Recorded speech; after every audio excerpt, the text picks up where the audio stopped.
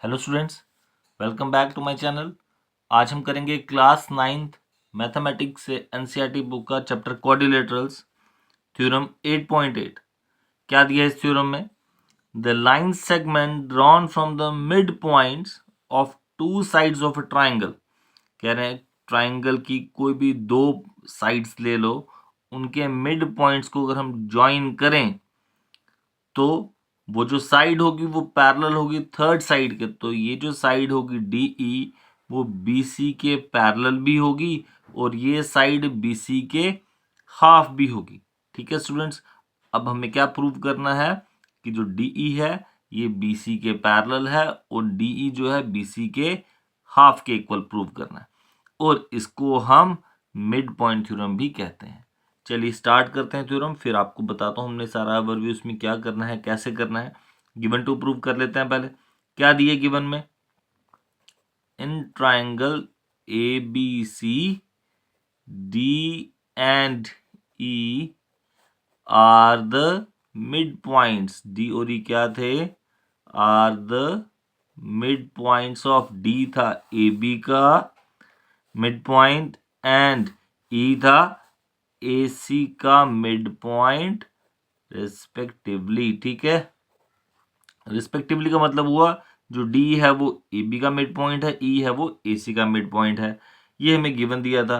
अब हमें यहाँ पे क्या शो करना है या क्या प्रूव करना है? टू प्रूव हमें ये करना था, ये जो DE है DE is parallel to BC and DE is equals to half of BC। ये हमें इसमें प्रूव करना है। अब देखिए इसको कैसे प्रूव कर सकते हैं। इसमें एक कंस्ट्रक्शन करेंगे, यहाँ पे हम इसमें एक कंस्ट्रक्शन करेंगे। कंस्ट्रक्शन क्या होगी? यहाँ पे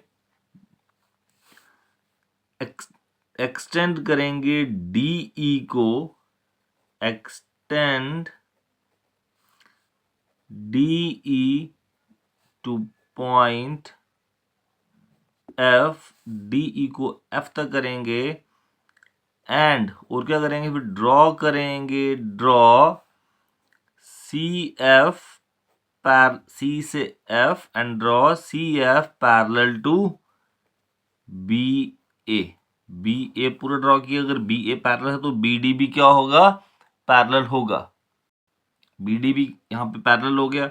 अब देखिए क्या करना है, हमें प्रूव करना था DE जो है वो BC के पैरेलल है।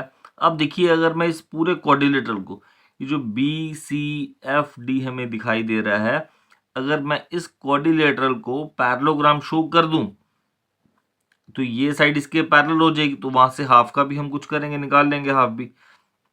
बट पैरेलल हम कर सकते हैं अगर पूरा पैरेललोग्राम बन जाए।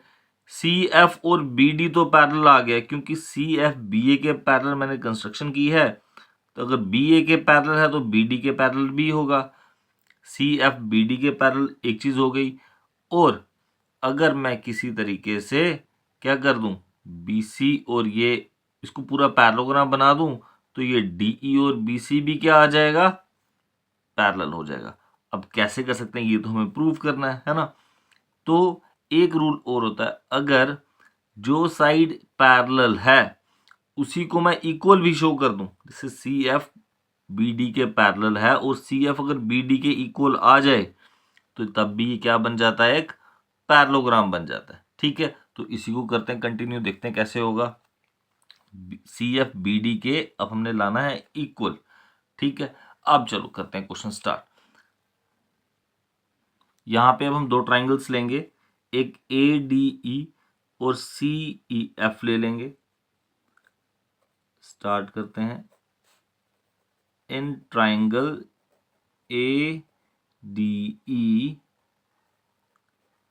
एंड ट्राइंगल CFE, दो ट्राइंगल्स ले ली। अब देखिए इसमें क्या क्या इक्वल आ रहा है। एक तो मुझे ये दिख रहा है कि ये वाला एंगल और ये वाला एंगल इक्वल होगा, 1 और 2 नाम दे देते हैं इसको। वर्टिकली ऑपोजिट एंगल से इक्वल हो रहा है। दूसरा E मिड पॉइंट था तो AE और EC इक्वल आ रहा है। तीसरा देखो दो लाइन से पैरेलल शो की थी तो ये एंगल 3 और ये एंगल 4 इक्वल होगा, ये कौन से एंगल बन रहे हैं, ऑल्टरनेट इंटीरियर एंगल्स बन रहे हैं। ठीक है स्टूडेंट्स, पहले यहाँ पे ये प्रूव करते हैं। चलिए स्टार्ट करते हैं। Angle 1 is equals to angle 2, reason आ जाएगा वर्टिकली ऑपोजिट एंगल्स। सेकंड आ जाएगा a e is equals to e c, equal है, रीजन क्या आ जाएगा, ई जो था, e is the mid point. ठीक है जी, ई जो मिड पॉइंट था ऑफ ए सी, सेकेंड भी हो गया प्रूव। इसके बाद ये जो एंगल 3 है वो एंगल 4 के इक्वल है।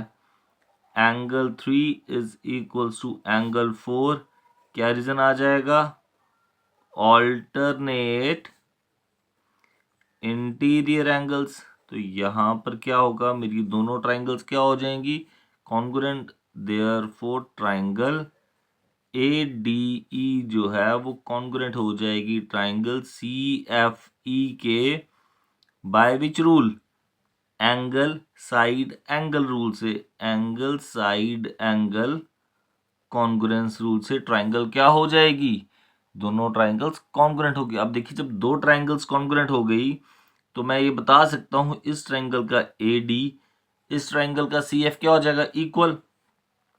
देयरफॉर इस ट्राइंगल का ए डी और इसका सी एफ क्या आ जाएगा, equal by C P C T से इक्वल हो गया। क्लियर। ऑल्सो देखो ये जो ए डी है ये किसके इक्वल था, बी डी के इक्वल था, क्योंकि डी क्या था, mid point. Also A D is equals to B D, reason साथ साथ लिखिएगा, D is the mid point, reason हमें साथ साथ लिखना चाहिए, पता चलता है कि ये चीज जो स्टेप है क्यों आया, कहाँ से आया, कैसे आया। तो यहाँ पे हमें दिखा ए डी कॉमन है, ये कट जाएगा, तो बी डी किसके इक्वल आ जाएगा, सी एफ। देयरफॉर यहाँ से क्या आएगा, बी डी सी एफ के इक्वल आ गया। एंड जो बी डी था, ये देखो, और ये जो बी डी है ये सी एफ के क्या आ रहा है, B D is parallel to C F. ये क्यों आया, क्योंकि हमने कंस्ट्रक्शन की थी ना, देखो यहाँ पे extend d to point f and draw c f parallel to b a. जो सी एफ है ये पूरा बी ए के पैरेलल है, अगर ये बी ए के पैरेलल है तो बी डी के पैरेलल होगा, क्योंकि बी डी क्या है, पार्ट है पैरेलल लाइन का।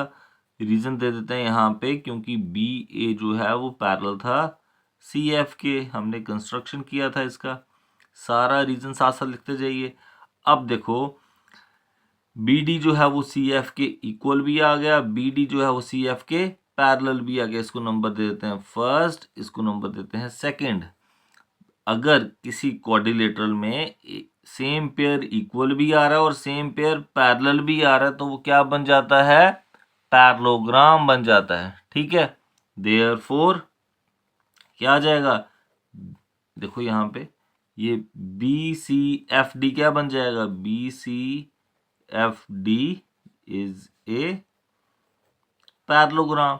ये क्या बन गया, एक पैरेललोग्राम बन गया। अगर ये पैरेललोग्राम बन गया तो ये जो डी एफ है और बी सी क्या आ जाएगा, देयरफॉर डी, चलो यहाँ पे ऐसे लिख देते हैं, D F is equal to B C, यह आ जाएगा। एंड ये क्या आ जाएगा, D F is parallel to B C, ये आ गया। क्लियर हो गया यहाँ पे, क्योंकि ये पैरेललोग्राम है तो ये साइड इसके इक्वल भी और ये साइड इसके पैरेलल भी।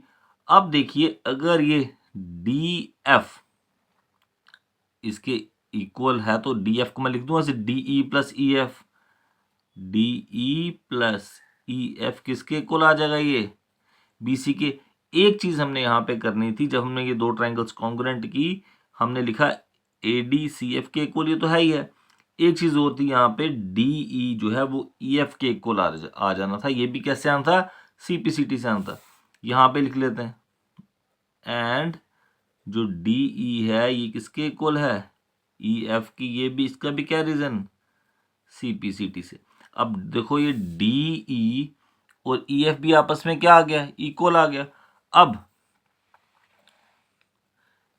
यहां पर मैं ई एफ की जगह क्या लिख सकता हूं, डी ई लिख सकता हूं ना, DE प्लस DE किसके इक्वल, BC के इक्वल। और यहाँ पे क्या रहा है, अगर DF देखिए, अगर DF पैरेलल है तो DE भी क्या होगा, BC के parallel, part of parallel line है।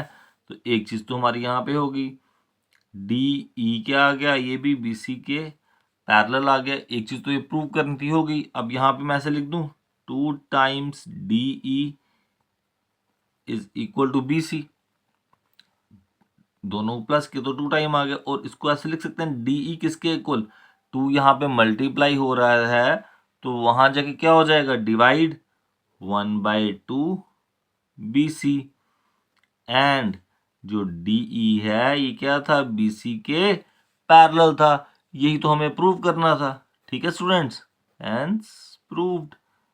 क्या किया हमने, पैरेललोग्राम बनाया, ऑपोजिट साइड्स को इक्वल किया और पैरेलल भी किया। जो ऑपोजिट साइड थी इसको मैंने ब्रेक किया, DE प्लस EF ब्रेक कर दिया, दोनों आपस में इक्वल थे, ट्वाइस DE आया, DE 2 मल्टीप्लाई हो रहा है, यहाँ जाके डिवाइड हो जाएगा। ये DF पूरा BC के पैरेलल था तो DE भी क्या होगा, BC के parallel, part of parallel line. ठीक है, पार्ट ऑफ पैरेलल लाइन। तो बस यहां से हमारा ये प्रूव हो गया। मिलते हैं आपसे नेक्स्ट वीडियो में नेक्स्ट थ्योरम के साथ।